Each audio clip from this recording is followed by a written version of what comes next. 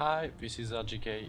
If you don't feel like waiting for Sea of Thieves, or if you like low-budget indie games, you can find Cutthroat Gunboat for just $2. It's a pirate ship fighting game for 2 to 4 local players. But beware, seafaring is a bit more difficult than the usual platforming multiplayer games. I'll start by showing you the controls. To go faster, you must raise your sail, and if you want to lose speed, you lower your sail, and it's also dependent on the wind, so you have to watch out for the direction of the wind. It will be on the top of the screen, you'll see it. And then you have to steer right or left, and for that I prefer to use the D-pad, because if I use a stick I might inadvertently lower or increase my speed. So instead, to manage my speed, I use the left and right triggers, and then you can shoot cannonballs either starboard or port side. The longer you press right or left bumper, the farther the cannonballs go. And finally, there are some occasional power-ups such as health, shield, or a flamethrower, because yes, why not? And it can shoot straight ahead. Now let's spend a bit more time in game. You can see at the top of the screen the compass showing the direction of the wind. You can also see that the graphics are actually quite pretty. It's in full 3D and it's supported by the typical kind of music you would hear in pirate movies. Unlike usual party games, moving is not easy, so you have to find the right position to fire your cannons on the enemy. Beware though, if you move into cliffs, rocks or other obstacles, you lose health. So be careful that you're not yourself destroying the integrity of your own ship rather than the enemy fire. It really sounds like a serious simulation game, but overall it works quite well and it's rather interesting. Having to shoot perpendicular to your ship forces you to move in a specific way, and overall the game really feels different from anything else. It's a very refreshing experience. My only regret is when playing only with 2 players, the position of the other one can be a little bit too predictable,